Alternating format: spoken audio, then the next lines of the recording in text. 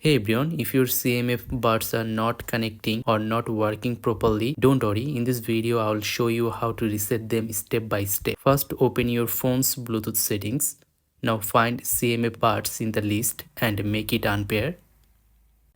Now put both earbuds inside the charging case and make sure they are placed correctly and charging, and keep the charging case open. After that, find the small button on the side of the case. Now press and hold this button for about 10 seconds. Now look at the small indicator light on the front of the case. At first it will blink white. Keep holding the button until the light flashes red 3 times. When you see the red light flashing 3 times, release the button. That means the reset is complete. Now close the case and open it again, and after that all you have to do, turn on Bluetooth on your phone. By doing this, now your CMF buds will appear again in the Bluetooth device list, and through this your earbuds will pair normally. And that's it, your CMF buds are successfully reset and ready to use. If this video helped you, please like, share and subscribe. Thanks for watching.